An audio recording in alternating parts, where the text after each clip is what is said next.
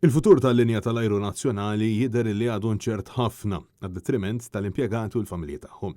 Ġimagħtejn ilu Net News staqsal il-Ministru Clyde Caruana jekk jikkonfermax li bħalma kien indikat minn Mavio News bil-possibilità li kumpanija tal-ajru ġdida bl-isem ta' Valletta Air titwaqqaf mill-linja tal-ajru Litwena Hestin Airlines.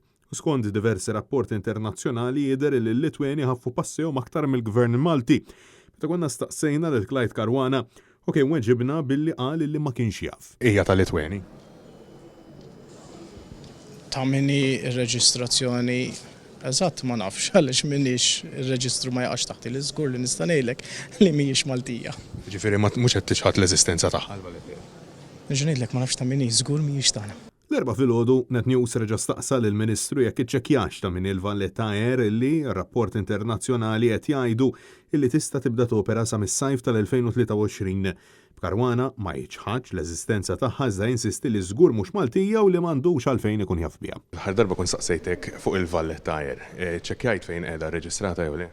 Nerġa' nikkonfermalek dak li qedlek l-aħħar darba illi mhijiex kumpanija li hija tal-Gvern Malti. Ekku ma rreġistrata barra minn Malta, ġifieri.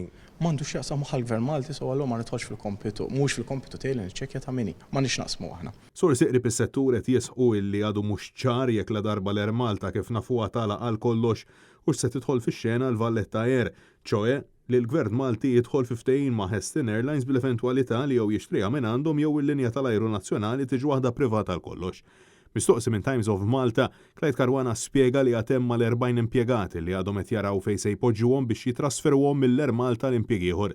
Ta' filwaqt li insista li għad fadal ħafna aktar xi jsir u ħafna aktar deċiżjonijiet jittieħdu biex tissalva l-Air Malta. Ta' filwaqt li sostna li anke biex pajjiżna jkollu linja tal-ajru anke f'eventwalità li mhux l-Air Malta kif nafuha, hemm bżonn ta' injezzjoni ta' kapital qawwi bl-ispejjeż iridu jonqsu minn kull angolu.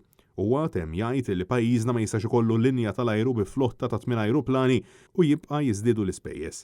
Dan id-diskors jasal ftit aktar minn 3 snin wara li lura fil-2019 l-eks Ministru għat-Turiżmu Konrad Mizzi kien ftaħar li l-Air Malta kienet għamlet profit ta' aktar minn €1,000,000 biex issa s-sitwazzjoni tidher imwera għall-aħħar.